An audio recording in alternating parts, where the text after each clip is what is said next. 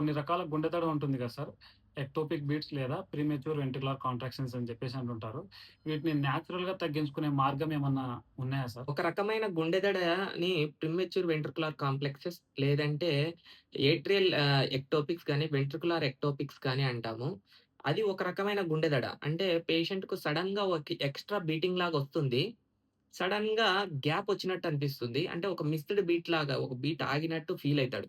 ఈ type of గుండె దడ ఉన్న పేషెంట్‌లకు ఒక సింపుల్ బ్రీతింగ్ ఎక్సర్‌సైజ్ ద్వారా మన ఇండియన్ స్టడీలో అంటే ఇండియాలో ఒక చేసిన స్టడీలో వాటిని నేచురల్‌గా తగ్గించుకునేకి ప్రూవ్ అయింది. అంటే ఆ ఎక్సర్‌సైజ్ బ్రీతింగ్ ఎక్సర్‌సైజ్ ద్వారా నేచురల్‌గానే ఎలా తగ్గించుకోవచ్చు అనేదుంది.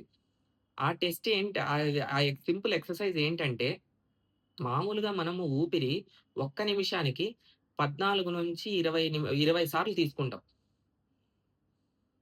అట్లా అంటే ఊపిరి తీసుకోవడం, వదలడం కలిపి అట్లాంటివి ఒక 14-20 సార్లు చేస్తాం. దాన్ని వాళ్ళేం చేశారంటే స్లో బ్రీతింగ్ ఎక్సర్‌సైజ్ అంటే ఊపిరిని స్లోగా తీసుకోవాలి, స్లోగా వదలాలి. అంటే ఒక నిమిషానికి 6 సార్లు ఊపిరి తీసుకొని వదలాలి అంటారు. అంటే 5 సెకండ్లు ఊపిరి తీసుకోవాలి.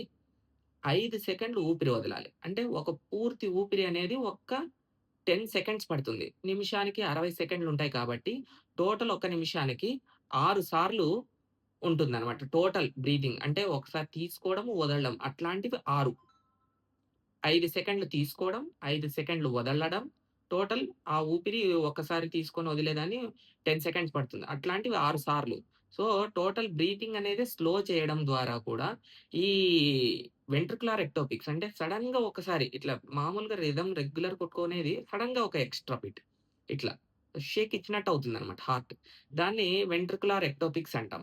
ఈ టైప్ ఆఫ్ గుండె దడ మనం నేచురల్‌గా ఈ విధంగా తగ్గించుకోవచ్చు.